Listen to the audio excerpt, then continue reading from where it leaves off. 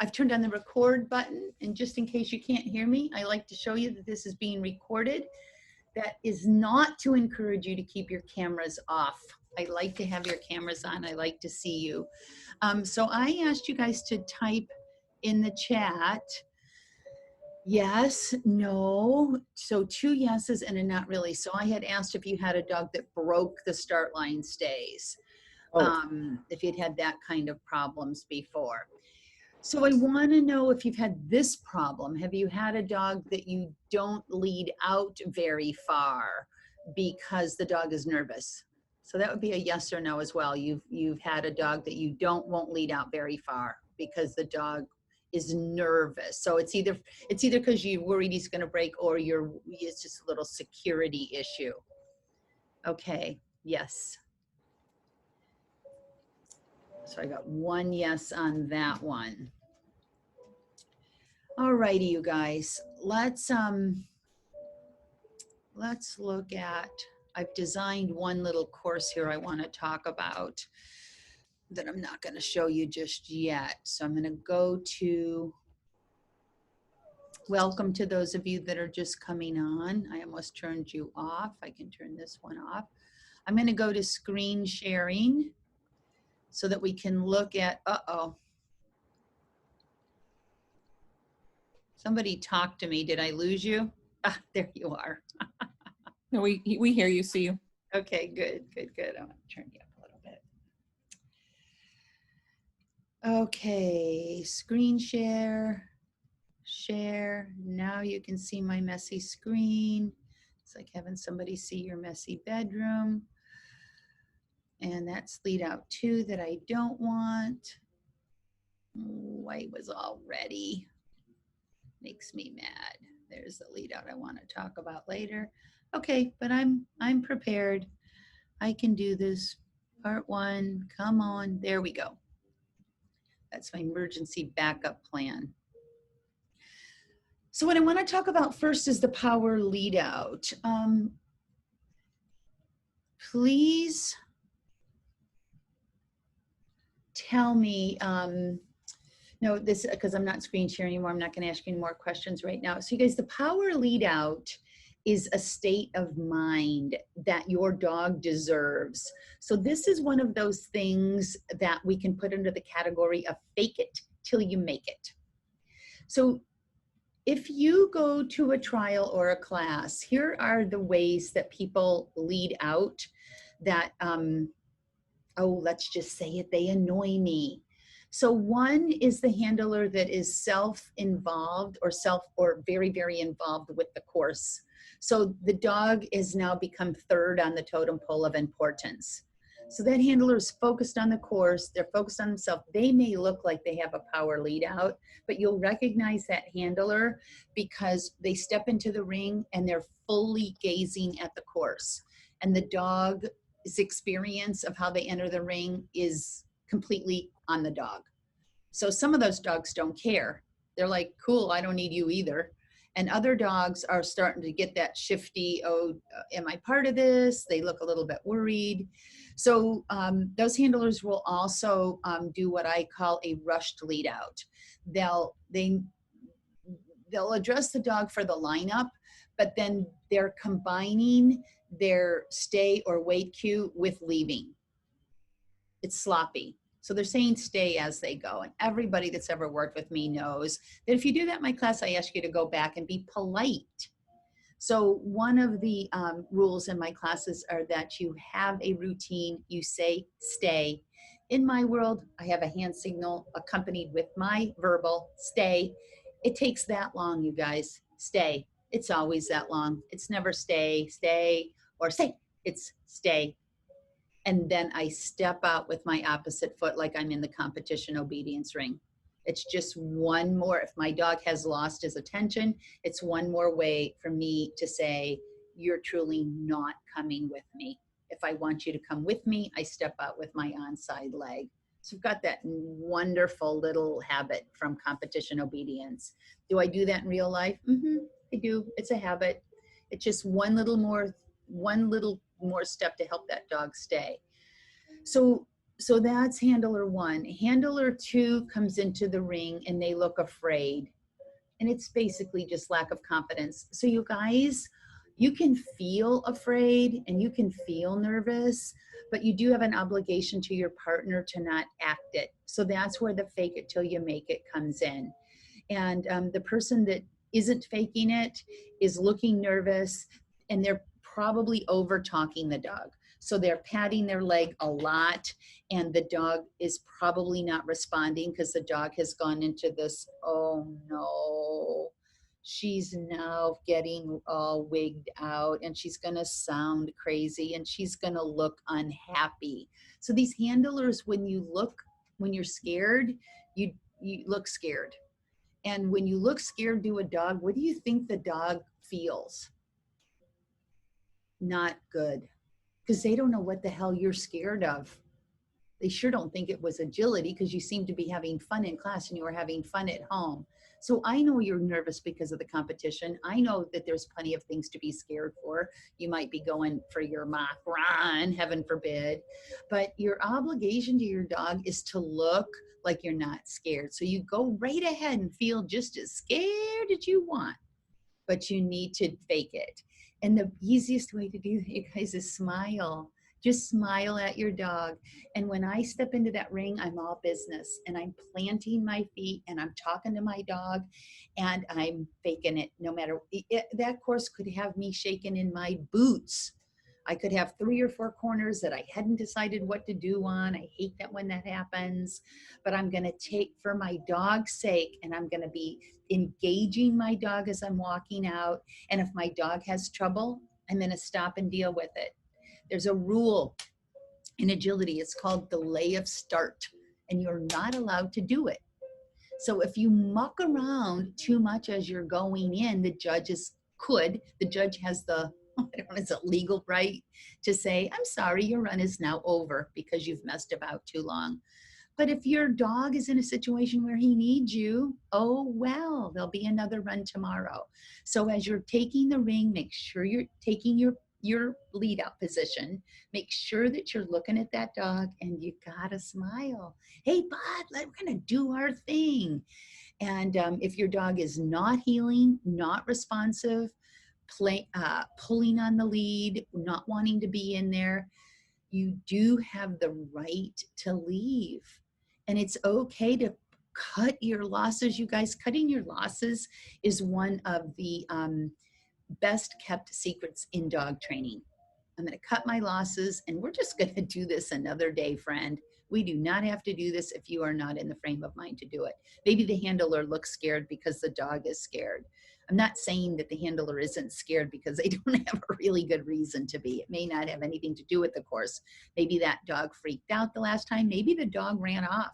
Maybe the dog left the ring. Maybe the dog rushed the judge.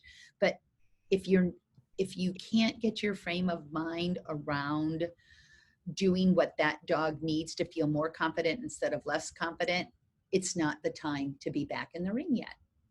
And then there's the handler that's rushing their dog.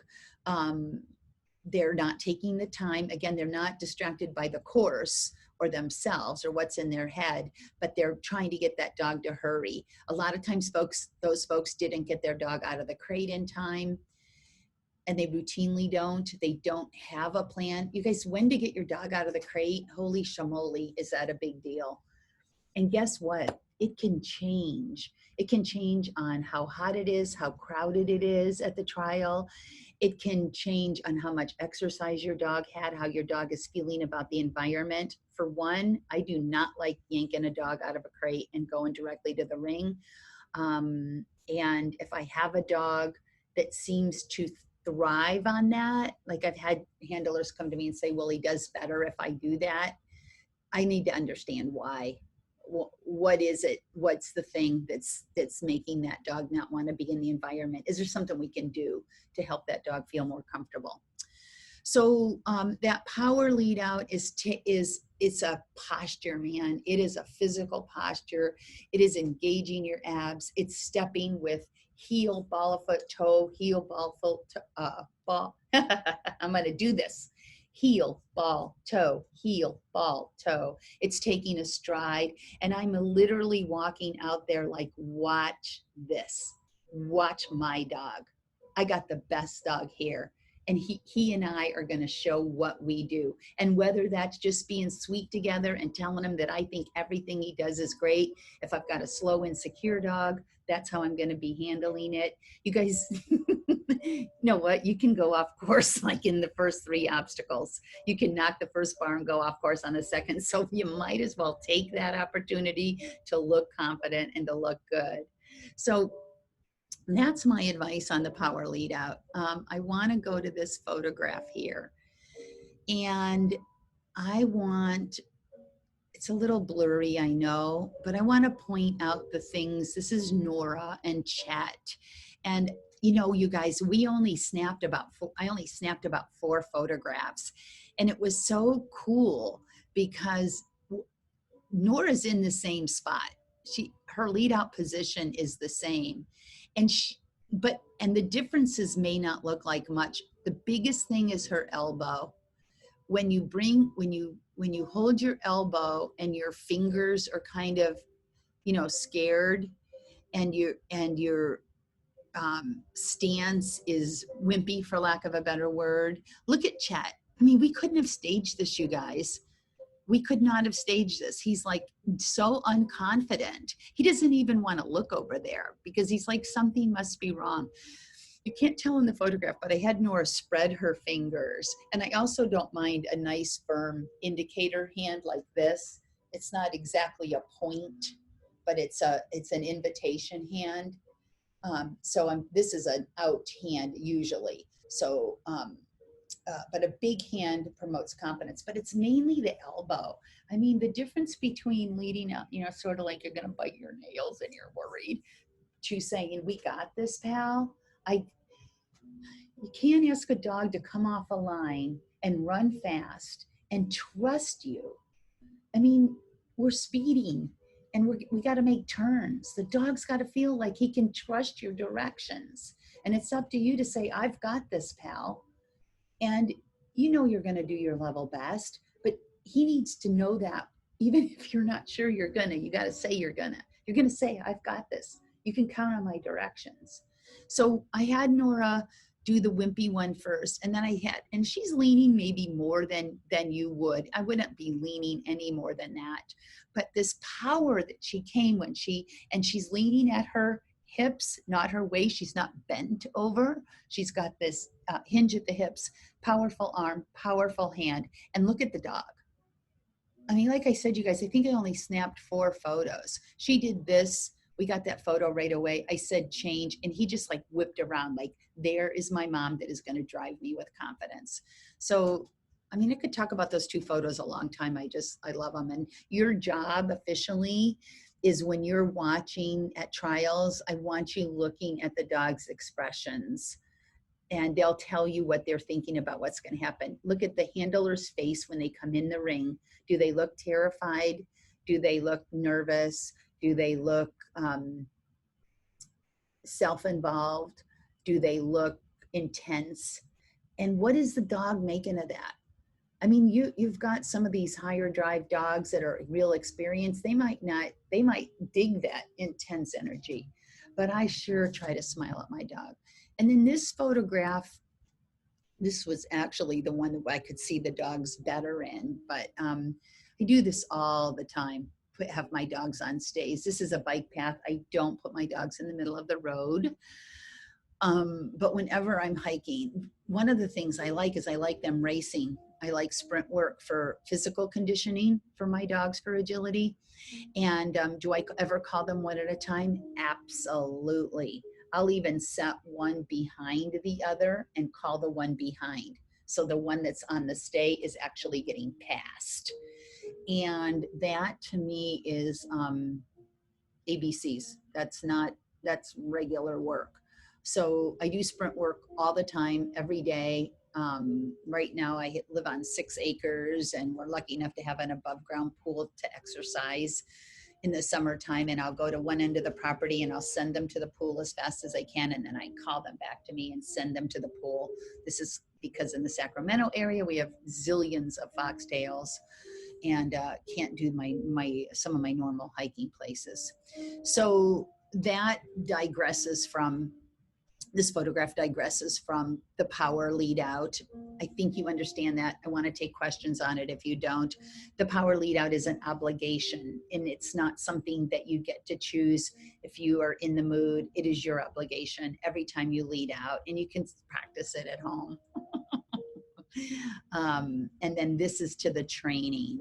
So I would say that when I have a young dog coming in to trialing, I literally cannot wait for the first time they ask me the question of, when you're like this, Mom, when you're in this frame of mind, because we're all a little different when we trial, and there's all these people around, and there's a guy in the middle that looks real serious, and it's clearly a trial, wouldn't you prefer it if I just got to you a little sooner? We could just start sooner. Wouldn't that be better? I mean, I've got this great idea.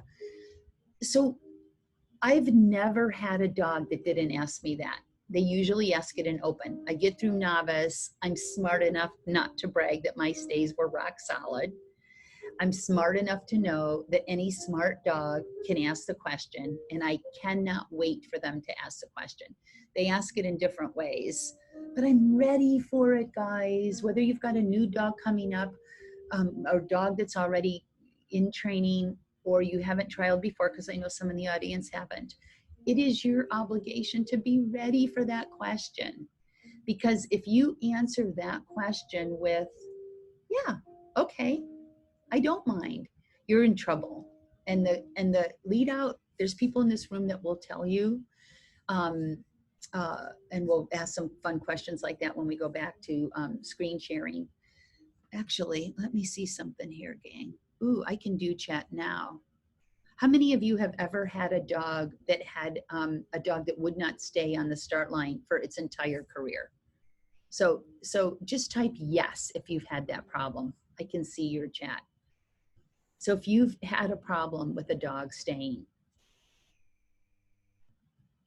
you can type no too if you want. So we've got one no and a couple of yeses. So you guys, I gotta tell you, it is like the plague having that problem. I've had a dog that broke early on in his career, and even if they stop doing it, trouble now with training, not trialing yet. Suzanne, no. Okay. So we've got a really good mix there. So class, it is the one thing I will leave the ring for. And when Tux took his turn, he did it kind of interesting. He started to tell me that he had the question before he asked it. And he started, doing this. I think I should express my good idea now. And I realized, and if you're doing this in class, stop it. If you're doing this at home, stop it. I broke my own rule, and I noticed myself leading out, reminding him to stay. You stay. I know what you're thinking. You stay. Once you start doing that, you are now negotiating. And when you're negotiating with a dog or a human being, you're saying, you get a say here. I'm going to negotiate it. I'm open to hearing what you have to say. On my lead outs, I'm not open. I've got to have the dog understand what's required. There's not a negotiation. There's no options, because I can't handle the way I want to if I don't have a lead out. In obedience, you can't even qualify if your dog doesn't have a stay. And in an emergency, your dog's life could be on the line if you don't have a stay. So to me, I take it really, really seriously. So I caught myself doing that. I was leading out going, I was scared that he was going to break, and I was negotiating. So I thought, oh my gosh, I'm breaking my own rules here. And we had another run that afternoon. It was up in Petaluma at the fairgrounds. I remember it like it was yesterday, because I knew if I didn't do all those warnings that he was going to break. He was advertising it. He was holding up a neon sign. I think I'm too excited to stay. I think it would be a better idea for us both if I started early, and I'm expressing that. So I let out. I didn't turn my back on him and set him up to fail, but I let out as I intend to, just like I just described. I had my confidence. I told him stay. I did not rush my lead out. I was polite. I did it the way I always do it, stepped off with my opposite foot, let out, put my hand up and smiled. And we're going to get to that hand up in a second. And he broke. And I was all ready. I was so ready for it. I thanked the judge. I did not lay him down. I did not scold him. I said, come here, bud. Sorry about that, but we don't get to do things like that. And I had him heal out. I didn't, you're in trouble. I didn't pretend that leaving was going to teach a stay. I didn't pretend that he was going to go, oh, I had to leave. Note to self, I'll never break again. I didn't pretend I was teaching him a lesson. I didn't intend it to be anything than the only option I had, other than telling him that's a perfect thing to do. You guys, when you're training, sometimes when you're trialing, especially, you don't get the luxury of having a bunch of different ways to communicate.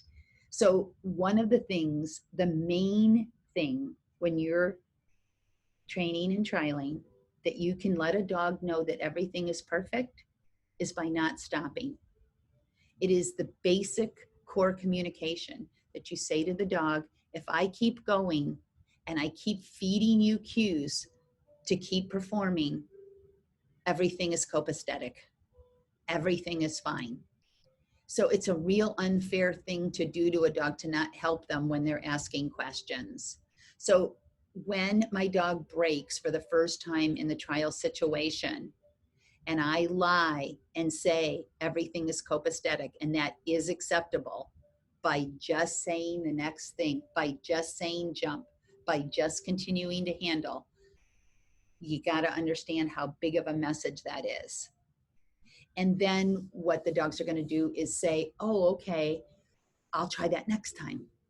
And if you're threatening or you're negotiating or you're making them stay, or heaven help you, you're doing the I won't lead out as far game, which really gets problematic. The next time I had Tux in the trial, the very next, of course I went home and worked on my stays. Of course he got reinforced a lot for staying. Of course I upped my training.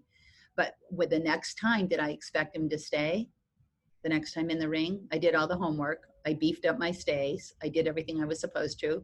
I practiced on the practice jump. I had somebody come to me for stay work once, and I said, well, what happens at the practice jump? And they said, I don't know. I'm afraid he's going to run off.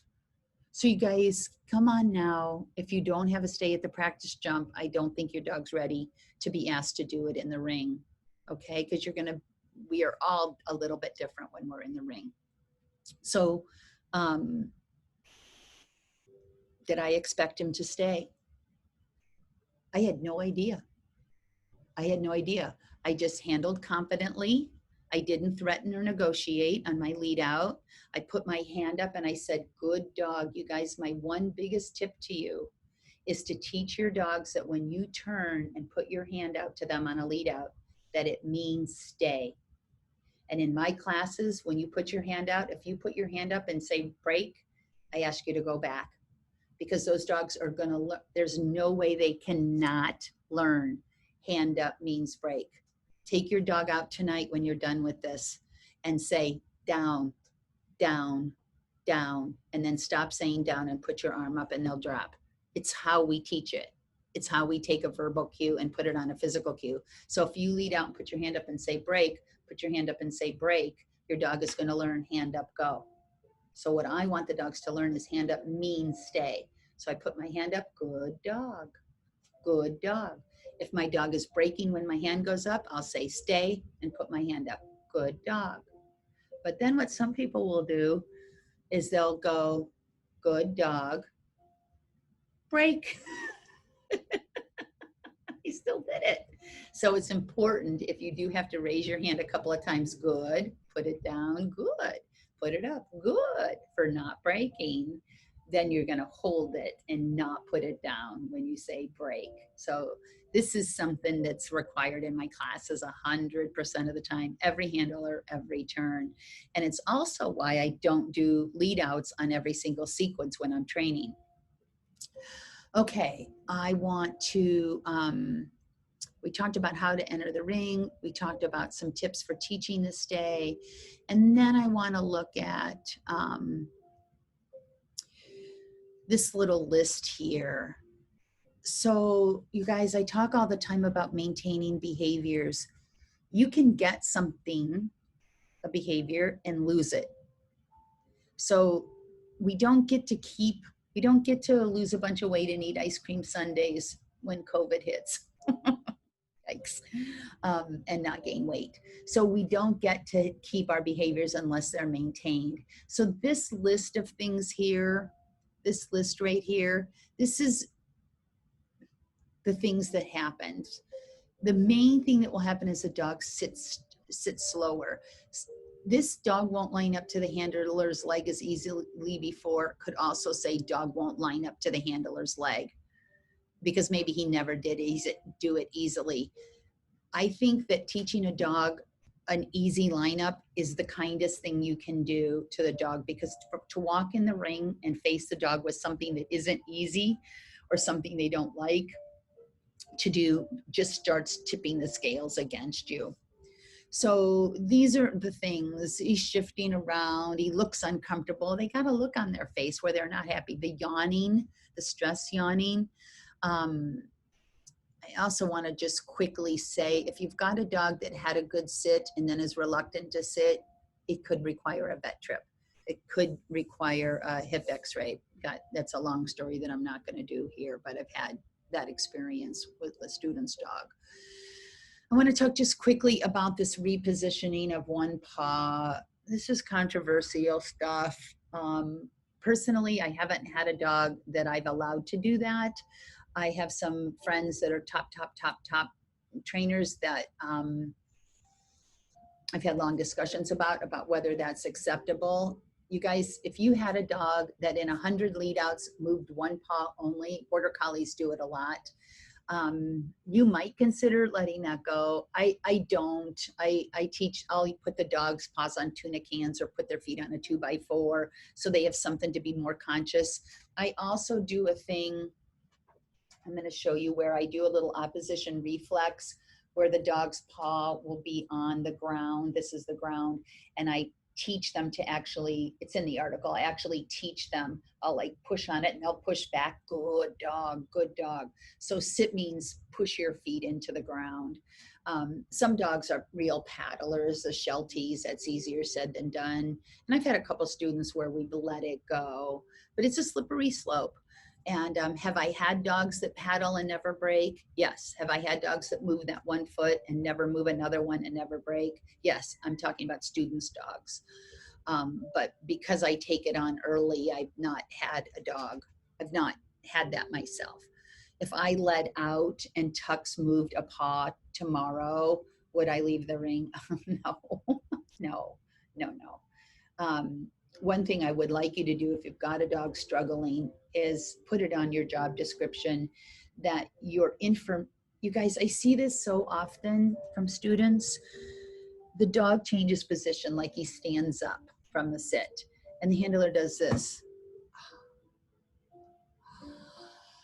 And they walk over like they're not engaged to teach, like they're not inspired to help.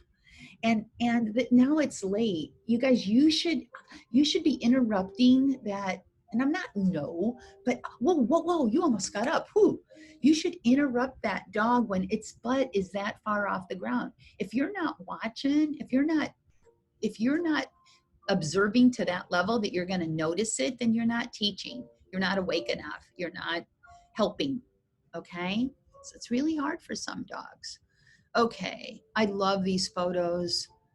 This is how dogs will look. I love this photo the best, this little black and white Springer Spaniel. That this is just the classic, the open mouth panning, the tail, the slightly roached back, the back feet underneath. This dog is saying, I just am so not comfortable. And I don't know why. There could be a zillion reasons. And that dog actually maybe that dog's come a long way and he's looking more comfortable than he ever has before to that handler. But he's still got a ways to go if that should be the case. And then just some of these silly displacement things. And then there's sniffing, which we can talk about if somebody's got this. Sniffing on the start line is a really complex thing. Um, Staying genuinely engaged as you're leading out is something I highly recommend. Genuinely engaged for me is like talking to the dog, hey pal, good job. And I insist on it in my classes, but I have some people that as they're leading out, they're saying good, but they're not really talking to their dog. They're just saying it because I'm making them. Good, good dog, good, good. That's it. Good job, good job. And what I'm talking about is good boy. We're gonna do this thing. Want the cookies? And I'm really engaging them. They're looking at me like, yeah, I want to do it. Yeah, I want the cookies. Yeah, this is cool. Hell yeah. So it's got to be genuine. You can't fake dogs out. You really, really can't. Now, there's dogs that don't need it, that don't care. They just want to do agility for the sake of it. But I've got a lot of clients that don't have that dog. And having that dog come off that start line with confidence, whether it's manufactured or not, fake or real, is important. And then these are the tips. I talked about teaching the dog to push into the ground. The hiking I've talked about. And then this lead out routine. This is a little bit of a double-edged sword. I want to talk about the routine is designed to inspire the dog. Not necessarily that you're doing handstands and cartwheels and getting overly excited, but I've seen people take a routine that bores them and then they advertise the boredom to the dog. Routines need to be modified from time to time, and they also need to be modified from situation to situation. So you may need to have the routine when it's hot, the routine when it's cold, the routine when it's early in the morning, the routine when your dog has too much energy, the routine when your dog doesn't have enough energy. So, but one thing about a routine is the dog should recognize it and like it. It's not for you. It's for the dog. So if your dog, oh my gosh, you guys, and don't have those leashes. If you've got a Sheltie with rough and they, those slip leads that get caught in their hair, you got to look at equipment. You got to have your equipment figured out, because there's nothing worse than getting that leash tangled in that dog's hair. And then it's a, trauma for both, because of the delay of start and all that. I feel very traumatized if I'm not. That's the other reason I'm all business. Is I go in, I'm trying to show my judge. I take my judge real seriously. So I'm trying to show my judge that I'm respectful of the rules, that my dog is trained, and I'm respectful that I'm responsible for keeping the trial moving. Okay. And that's why I'm saying drill at your own peril for this routine. So it should involve the leash. It should involve, sometimes I see people throw the leash at the trial and the dog is like, oh, am I supposed to get that? And it's a real distracting thing. And I'm assuming that handler is not throwing that leash in class or throwing that leash when they're training on their own. So think about those things.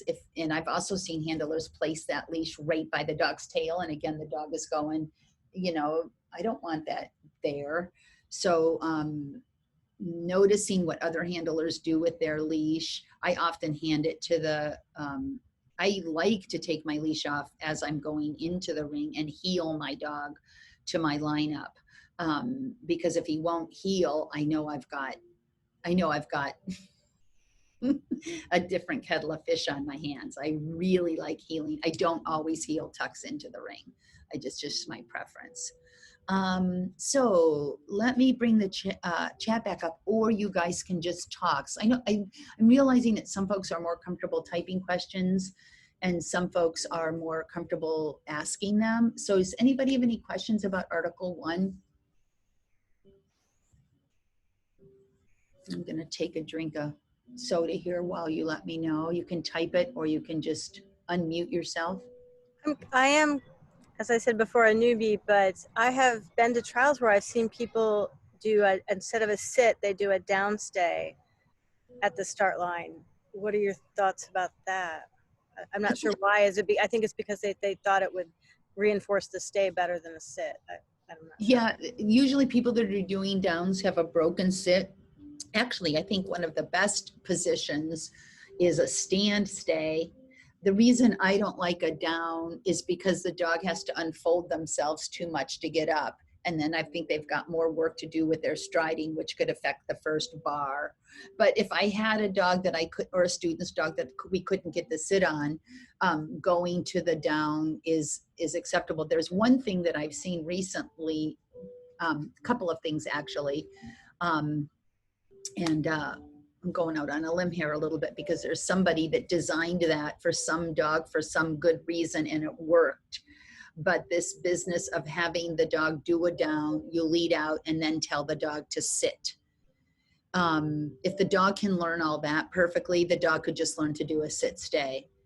And if you're doing that down and then sit, and then what are you going to do about if the dog doesn't sit? Are you actually going to leave the ring? Most people don't want to throw their money and they're getting up at 5 o'clock away. And then what I've seen most of those dogs do is just like the hand, is the handler has the dog on a down, they lead out, they say sit, the dog sits and technically breaks, because now you've got two levels to proof. You've got to proof the stay, the down stay. Now you've got to proof the sit stay. And most of those dogs, the handlers say sit and then just let them go. And then there's a counting thing. Has anybody seen the 3, 2, 1, go thing? Those to me are all just games. The dog had trouble with the learning. A game was created. All of those games are going to break at some point. They're not going to last 10 years. Maybe they'll last 2 months. Maybe they'll last a year, but they're not going to last 10. And I like to show my dogs for 10 years. Is there a dog out there that the downstay is the best thing for them? Yeah, there's some reason, some dog. But what I don't like is when people, like somebody I was working with recently couldn't get their stopped contact. So they said, I'll just teach a running. You would teach a running because for lots of other reasons, but you wouldn't do it because you couldn't get that. So whatever part is broken that the dog can't do the sit stay is also going to end up broken with the downstay, more than likely. Is there and then you've also got the wet, and you've got to take the dog's coat length into consideration, because if you've decided to live with a downstay and you've got a short coated dog on wet grass, it's going to open another kettle of fish. I've had mud. I've competed in some serious mud where I've left my dogs on a stand stay, but they learned it. They knew it was stand stay. Okay. Do you recommend a sit for lead outs? Okay. Yes. Okay. That was the same question. Anybody else? Yes, Sandy, so following up on that, you can be quiet. Another common thing that we often see is people doing the ready Freddy thing. Ready. Would you just want to address whether you consider that in that 1, 2, 3 count as well, or how? I don't consider it the same as a game. That's revving the dog up to get the dog to explode off. And I don't see anything wrong with it unless the handler isn't, so the thing with that ready, steady game, ready, steady, I mean, that's designed to spring load that dog, right? And I do tons of that when I'm proofing at home.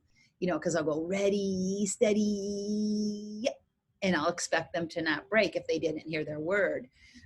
But I do that as a really fun game. And when they break, I'm just like teasing them, like, oh, you silly goose, I'm going to get you, let's get back, let's do it again.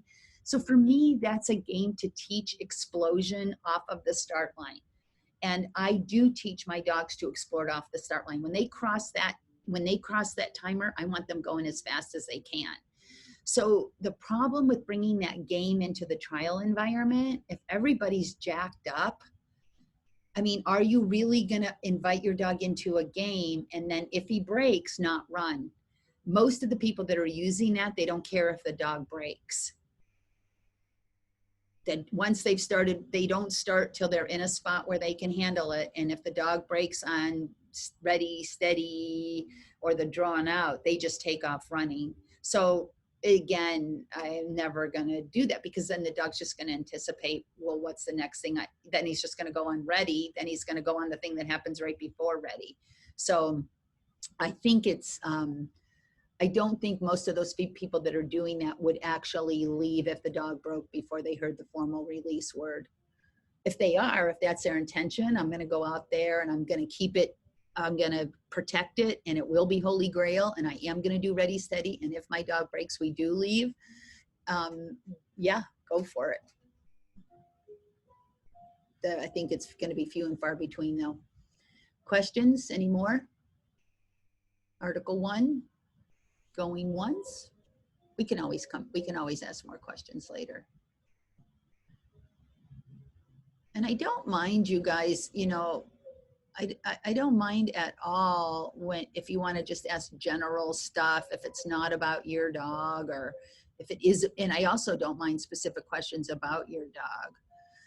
So here's lead outs part 2. So some of these are long lead outs, and I want to address that. The reason I practice long lead outs is not just for trial. It's because I can understand if my dog understand their turn cues at a distance. If my dogs understand their turn cues at a distance, that tells me they understand their turn cues. If they don't understand them at a distance, they don't understand them as well as I want them to understand them. Because at the end of the day, what does distance mean? Is it 2 feet, 10 feet, 12 feet, 30 feet, 18 feet? So I want my dogs understanding their turn cues at all different distances. So I think what I will do, because I do want to talk a little bit about short lead outs. So this handler there's 3 places your foot can point on a lead out. This is not in the article. The takeoff of one of the jumps in between you and the dog, it'll be a turn. You can parallel the path or be pointing at an obstacle. You can't be doing all 3 at once. You can be doing 2 at once. So you pick what you want to do. This handler in 1 is pointing at obstacle 2, which is also the information zone for 2. So it's other things too, but that's where I would be pointing. So I've set the dog in a way that creates a straight line from 1 to 2 when the dog is in the information zone for 3 technically. So this is telling the dog what to do for 2. It's always 1 ahead, guys. When I'm here and the dog is here, I'm cueing to go to this jump. When the dog is here, I'm rotating, cueing the turn to the tunnel. If the dog goes straight, he won't end up in the tunnel. When the dog is in the information zone of the tunnel, I am going to rotate. So when the dog is going in, I'm still, it's like a recall. It's like a little mini recall. And then when the dog is here, that's the information for 5. So this is dogs on my left, dogs on my right, dogs on my left for 5. So these are fun and you should do them.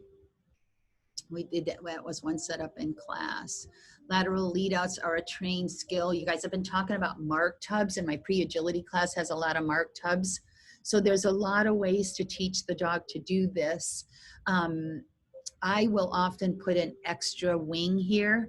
Just grab another wing or 2. So if you can imagine an extra wing here and here, just a barrier that will help the dog from coming straight. You need to think about what your recall word means or your release word. If your release word means come to me, you may need to release on out or jump, and I'm going to talk about that more. I've got a diagram I drew for you. So lead outs are a trained skill. They're not a handling maneuver. That means you can do all the handling tricks in the world and your dog will not go from where my cursor, this is my cursor, from where my cursor is now, straight. And the way I look at this is if I've not given you a turn cue, you're to go straight. So onside foot and hand are facing the takeoff zone. You can plant reinforcement here. You can have a mark tub here. A mark tub and 2 wings is a real easy way to go. Some people train a lateral lead out by starting here, and then they'll go here, and then they'll go here. This is my cursor. And then they'll go here, and then they'll end up here. That works for 60% of dogs. But what I found is too many dogs would understand if I stood here, and they'd understand when I stood here, and they'd understand when I stood here, and I'd move to here and it would break. They wouldn't do it. They'd come to me. So then I'd go back and they'd take the jump, and then I'd go back and they'd come to me, and then I'd go back and and it was just like, okay, the dog just thinks he should only take the jump if I'm here, and if I'm here, he's not. So that's when I started using things like barriers, planted reinforcement, toy, or cookie on a plate, or now I'm using the mark tubs, mark buckets. So lead out training, lateral lead out. So that means that your lateral of the obstacle do need to be taught, and they are not an advanced skill.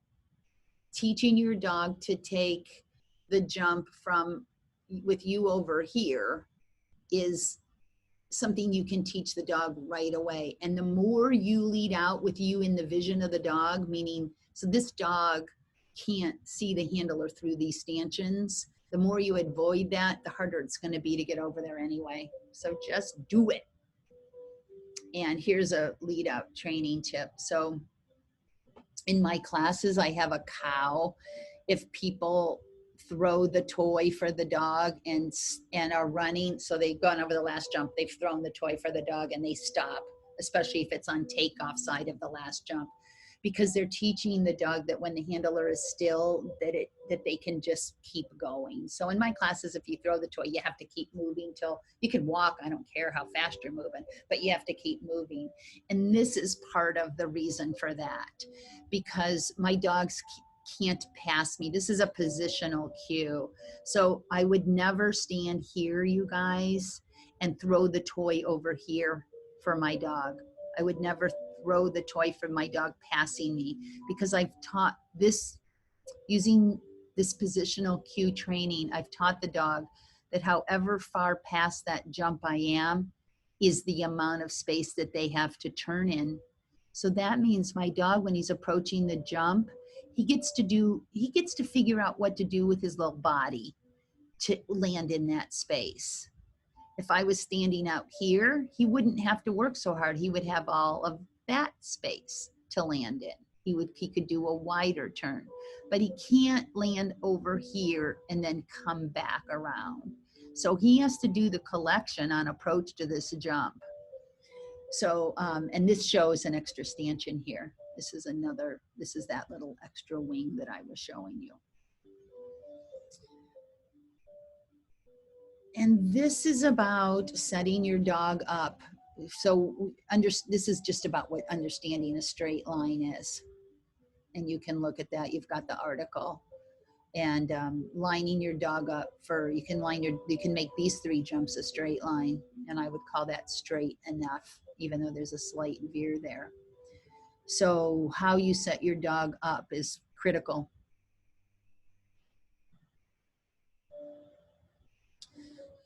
So I have so many folks come to me for lead out training that say they don't know where to stand, they don't know which way to face, they don't know when to move, they don't know which direction their first step should go, they don't know whether their hand is up or down. So that's the stuff that you're gonna learn. So you guys, where I stand on every lead out is as far out as I possibly can and still get everything I want in between. So just walk out to number 5. Can you get 1, 2, 3, and 4 from where you're at the way you want? It's a yes or no. Go to 4. Can you get everything you want the way you want from 4? That's how you're going to know where to lead out to. If you know your positional cues on your configurations, that's my current writings in Clean Run, is position configurations, pinwheels, boxes, straight lines, SERPs, 180s, 270s. If you know where you want to be to handle those configurations, that can help with your lead out. Lead outs are nothing but configurations. Which way to face? Kind of already told you that. You can parallel the path. You can face an obstacle. You can face the place where the dog is going to turn or take off, which is usually the information zone. When to move. You guys, so you got to plan. When my dog, I will lead out to here, I will face this direction. When my dog is here is when I start to move. I have so many people get so many of the elements right, but they forgot to plan in. I'm going to move when he's in the 50% spot between 1 and 2, or I'm going to hold perfectly still until he lands on 3, and then I'm going to make my next move. And I know if I'm going to make that next move small or slow. I can only go as fast as I can and keep my eye on my dog. Which direction should my first step go? I am not a fan at stepping at a jump unless I'm going that direction. So if I stay put and I tell the dog, I will not be giving you a turn cue, that means go straight. When I want the dog to turn, I give a turn cue. All of my turn cues are first step toward the next obstacle. So you guys, this is going to be recorded. It will be on the site. And what I love about that, I actually said in class the other day, I said, what I love about me is my students are actually taking these things and they know what to do on a lead out. They know where to stand. They know which way to face. They know when to move. They know if their arm should be up or down. If I want my dog to stay out, my arm is up. If I want my dog coming close to my body, my arm is down. It's not rocket science. I work hard to be consistent. And if you can take these 5 questions and have them be consistent, then your dog is going to know what to do with his own body. You know why that's an advantage? Keeps the bars up. If I can, anytime I can let my dog navigate his own body, where I'm not telling him what to do, I'm telling him whether to jump big or small, but he gets the time and the luxury. If I can lead out 6 obstacles, my dog can plan that whole path while he's there on the start line while looking at me. Guess what he does when he can do that?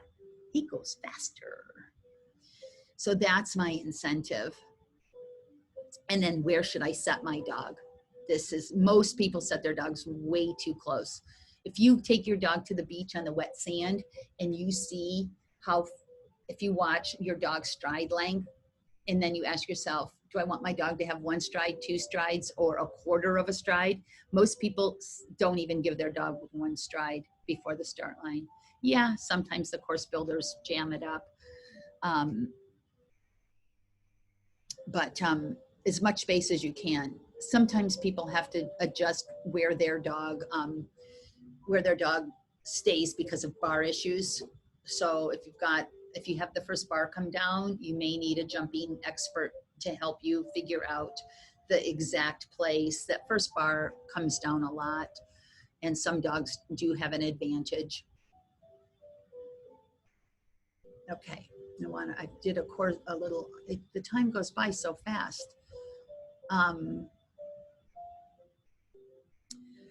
Lead out pivot with movement. So I said I would lead out you guys as far as I could. I can't lead out to 4 and not have the A-frame possibly come into play.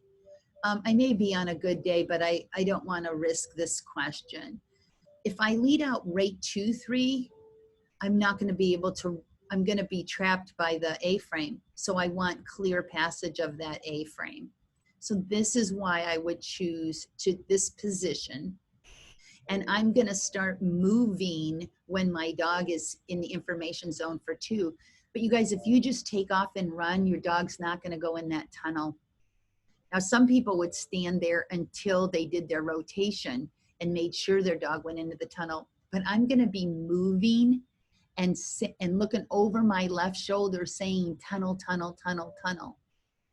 So that's the things you're going to take into consideration with your lead outs. This is a straight line. And the only reason I'm not closer to 3 is I don't want to run around that A-frame. I want to turn and have this path right here. Could I be over maybe this much more? Yeah, maybe that much more. Okay. And I also want that dog shooting straight out. So I absolutely have to show movement as he goes in to the tunnel. This is actually a little bit more tunnel handling than it is lead out handling. On this one, I don't have to have passage on the A-frame and I want a tight turn. So if I'm still when the dog goes in, you guys that don't know this about tunnels, if you're moving hard, if you're running hard at tunnel entrance and you need a tight turn, you'd be prepared to do some yelling because I'm pointing, if you're running at the tunnel entrance, your dog naturally is going to shoot out. So I can help the dog know to turn by being still. Timing. When am I going to start moving? This one I'm going to hold it a little bit longer because I want him to be still as he's going in. That doesn't mean I have to wait till he's in, guys. If he sees me still when he's here, he's going to be fine. I'm going to get the turn is what I mean by that. Lead out or pull or blind cross. I've made a straight line out of 1 to 3. I am in the space of the jump. So what I mean by the space of the jump is I have lines, the refusal line goes this way. I have lines that go this way because this is the lane for the dog so that I want to turn in this space. The blue handle is where I'd be if I wanted the tunnel. So I hope you guys can see that by moving over here a little bit, I've taken this jump slightly out of play by being here. I would face the takeoff spot for 3 if I chose a blind cross, but I would face the opposite direction for a pull, and my arm would drop to pat my leg when the dog arrives in the information zone for 3. That's the green block. In either case, the turn would be completed before the dog landed, setting the correct line to the A-frame. Lead up position for a pull is here. I'm going a little fast.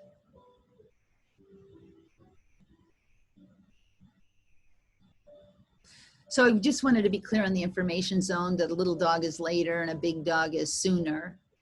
And this was a real course, a shaded area in the diagram is what and this is about timing.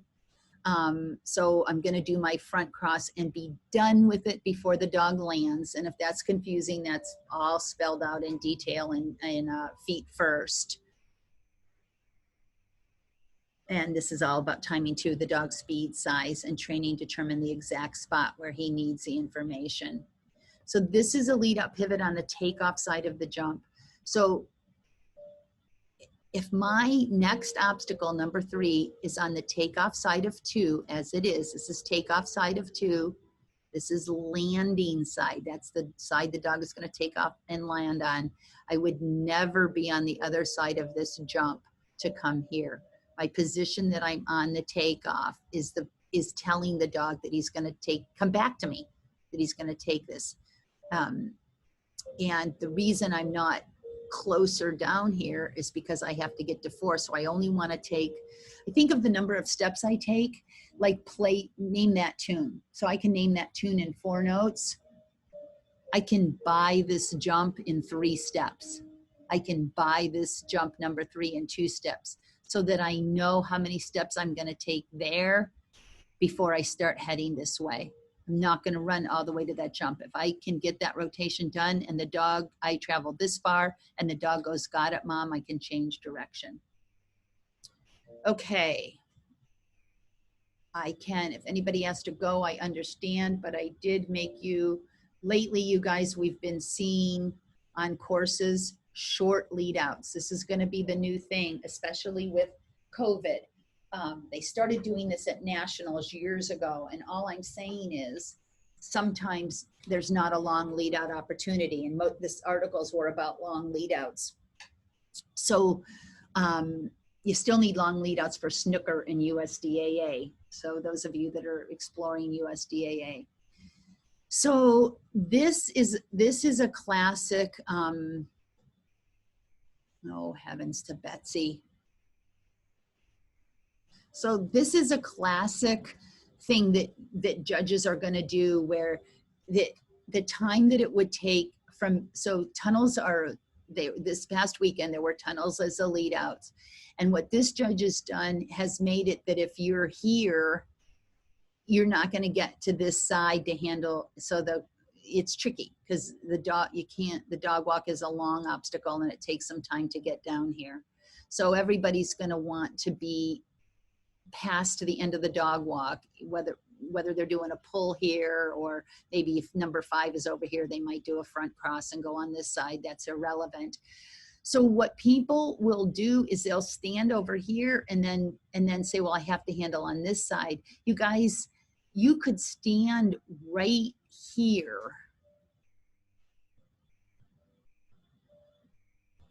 and send that dog to that tunnel. You could hold their collar and send them to the tunnel and be here long before they get out. But make it easy on yourself. And you could even send from here. If you sent your dog from here, you would have no risk. Well, if your dog would cut across the front of you to go into that end, it is in play. That's 5 feet. You got to know that. Don't try that blind. So you would have had to practice sending that your dog won't cut. But you can take that entrance out of play and be right there parallel with it and send your dog there. And of course you're going to make it here before he gets out. But you gotta move. As soon as his toenail is on the vinyl, you gotta go. But they'll get themselves in the right, or they'll get themselves in a silly position where they've added 12 feet of space, or they won't go. But this would be ideal because I could be down the dog walk, looking over my shoulder, telling my dog to get on the dog walk. The other thing that you could do if you don't have a send to the tunnel, and some people did this in class this week, and I questioned it a little bit, but they put their dog here on a stay, and then they went over here. Here's my tip of the day, you guys. This is going to be worth your price of admission. A regular release, if the handler is here, and this is supposed to be the handler, sorry. No, you guys, I'm going to have 2 handlers, okay? But you just pretend that this is a dog. You stood here and you say okay to your dog, okay. Your dog may not go in this end. He may start coming to you. He may go in this end. He may jump on the dog walk. Should he? Would he? It's not even worth arguing over. I would have my onside hand forward and my hand out, and I would release on the word out. And you will have to train this. You will have to set this out. You can say out tunnel. I wouldn't release on the word tunnel, because if my dog rotated a little bit while I let out, or he didn't rotate a little bit, but he's looking at this end, oh, I'll go to the end closest to mommy. I love her. I could do both. I could get to mommy and take the tunnel. Yippee-yi-yay. So I would be facing the 50%, do this all the time. I'd be facing the 50% point between the dog and the tunnel, and I would release on out, or out tunnel, as if it's one word. So you guys, you want to set this up and teach it, because I think we're going to be seeing a lot more of the question you should have is, which is better, the send or the stay? It's not, there's no answer. It's what's going to work best for your dog. But I wouldn't be here and try to run over here. First of all, my mad dash over could easily pull my dog off of that tunnel hole, which we talked about. And if I wait for the dog to go in, I'm never going to make it. So be smart. And the reason I wouldn't be here is because then I'm throwing away this space. This is where I'm going to end up, this side of the dog walk. So getting that tunnel hole from the closest spot that I can with no risk from being on this side of the dog walk is going to be an advantage. So I think we're going to see lots more starting on tunnels and lots more short. It's 6 minutes after, so I don't want to keep you guys. Do you have questions for me? Anybody that wants to stay? I have nowhere to go and nothing to do. We're happy to stay till 9. Any questions? I can go back to a diagram if needed, or I can stay on this one.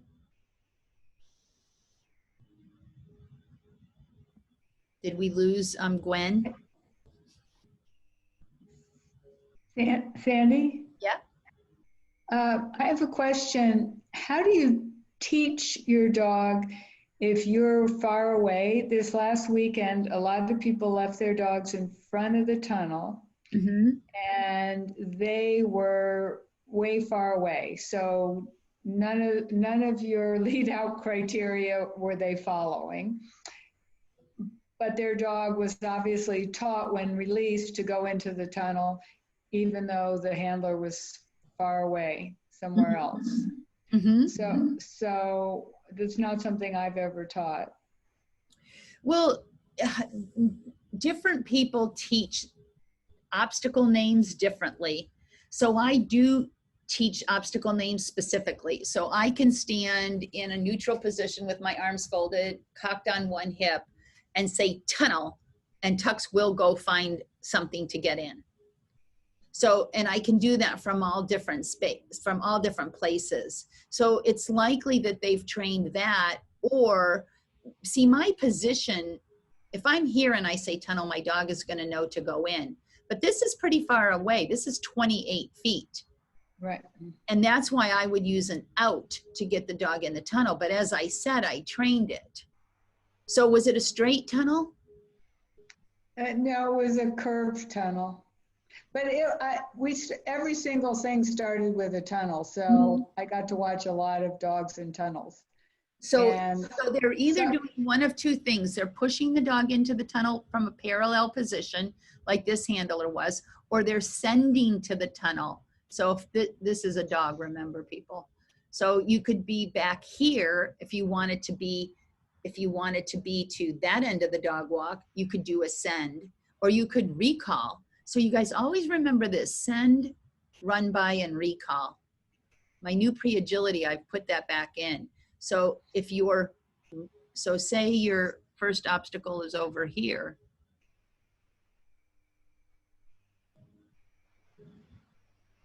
I'm gonna turn my dog. So I could have my left hand out and be pointing, have that hole right in between us and point at it. Now that's 30 feet away. And I could release. So I could send the dog to the tunnel, I could push the dog on an out to the tunnel, or I could recall the dog to the tunnel.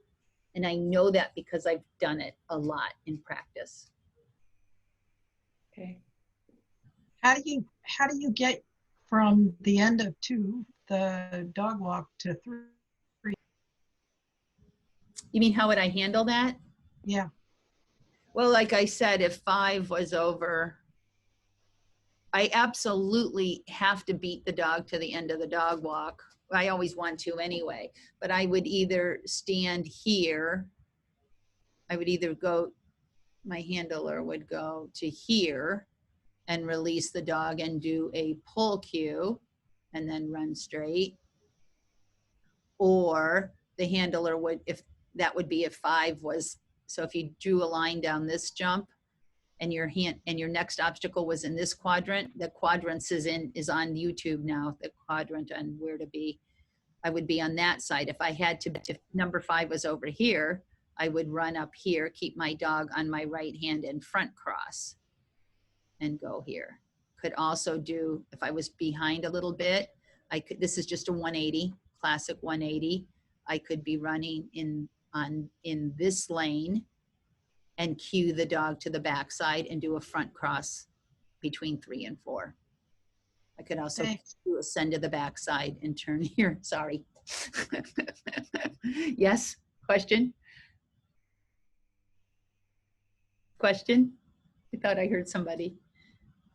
Yeah, and we're going to do more of this in these things where we have courses and I can move the handler around and show you where to be, where the dog is.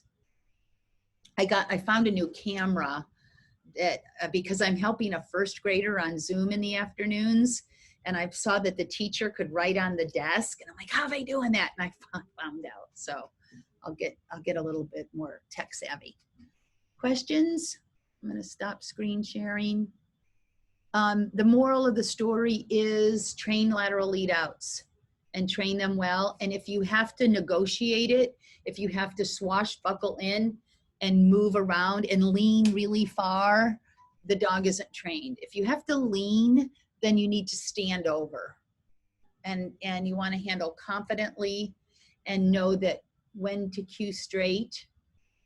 And that's in the recent Clean Run magazines, how to cue straight, and when to cue your turn. So you have to be able to identify straight and turns.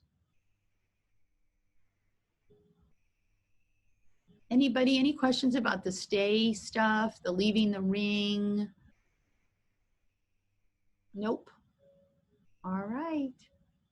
Lead outs, love them or leave them. You I guys, think there's some questions in the chat, I think, so. oh, thanks. Oh, you guys saving me. I love it. Okay, I pushed it down. Thanks, you guys.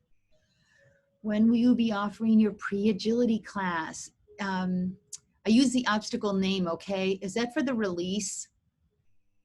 Loretta and I need a private session on this. We'll film it. We'll invite everybody. Let's do it next Wednesday at 6. Oh my gosh, there was a bunch in the chat. Does the lead out position depend on the type of obstacles presented first? It depends on if there are obstacles and if they can get to them. And it depends if they're trained. I mean, if you've got the weave pulls in the middle, you got to know your dog will hit the entry. And that's why I was really careful to say, if I can get it from there, not just meaning that it was in the dog's path, but do I have the skill? Can I create the turn from there? What is a mark tub? It's a round bucket, and it's a feed tub. It's a feed tub, and there's tons of it in my pre-agility class. My release word is the command for the first obstacle. Is that recommended? It can be if you have a rock solid recall. So release, if you have a rock solid release. I use multiple words for my release cue. So yes, but if you find that your dog is breaking, you need to go back and stick with your break or your release, your Coley Grail release cue. Once that's rock solid, then you get a key, and your key opens the world to releasing and other cues. Less motivated dogs and lead outs. For some dogs, the lead out can be demotivating. I've got handlers that don't lead out as far. Usually the less motivated dogs you can outrun. So if you can outrun your dog and not be late on a turn cue, I don't see anything wrong with that, Nick. Nothing. But I would rather those dogs be motivated to, get lots of jackpots every time they come off fast. But I've known a few dogs that need a handler to run. What I resent is when the handler runs with the dog and then can't make the turn cues. And then that less motivated dog, guess what they get to be? A whole hell of a lot less motivated, because now they've got a handler diving in their path. And I've actually had some unmotivated dogs. And the other thing is people think that unmotivated dogs can't do stays. And I got a couple of those going on right now. But as long as you can make your turn cues properly, it's fine. But if you can't, you're going to demotivate the dog more. And yeah, release. Yeah, I love teaching lateral lead outs, Christine. I don't use the obstacle name to create turns ever. I use directional cues for directionals, and I use obstacle cues once the dog can see it with both eyeballs. So I will never, like, if the weaves are over there, I won't say weave. And that's another kettle of fish. Oh, Kathleen, I miss you too. Yes, command for release. Is that asking oh, no, I got you. So if you have a rock solid dog never breaks, you're always releasing. I had somebody today, oh no, it wasn't today, it was a couple of days ago, tell me that the dog, if he's told sit down or stay, or sit or down, that it doesn't matter if he breaks if he wasn't told to stay. Dog can't, that's too much. I don't care if you use the word stay, but your dog can never release themselves from a position. Never, ever, never, never. So if you've said sit, the dog has to keep doing it till he's released. That's kind of what I kind of like stay, because I can remind the dog if I'm in an emergency situation. None of my training is just for agility, you guys.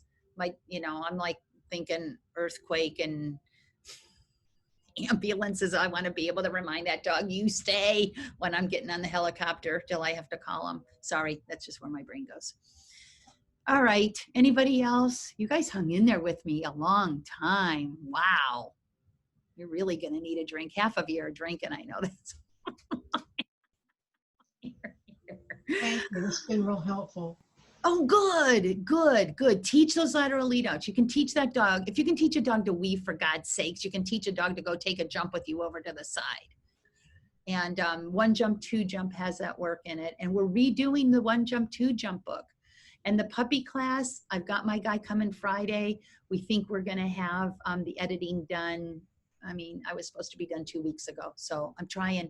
I'm working hard on it every day. Patience, it's going to be brilliant.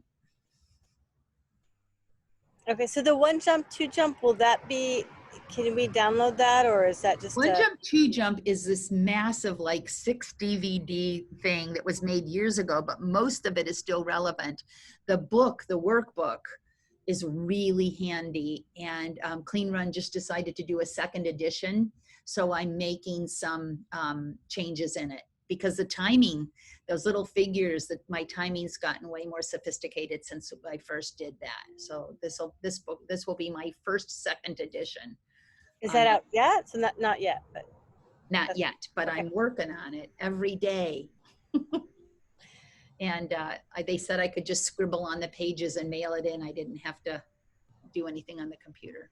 Okay, so no in-person classes yet for? Did you email me recently? Yeah. Yeah. Yeah, I'll send you an email. Yeah, Okay. we'll do something. Okay. Yeah. Yeah. Thanks. I was going to email you before the meeting in case you were here. Thank you. This is really helpful. Thanks for coming, you guys. Thank you so much. Please let your friends know. Give me some little shout out on what social media or something. I need some help. Take care.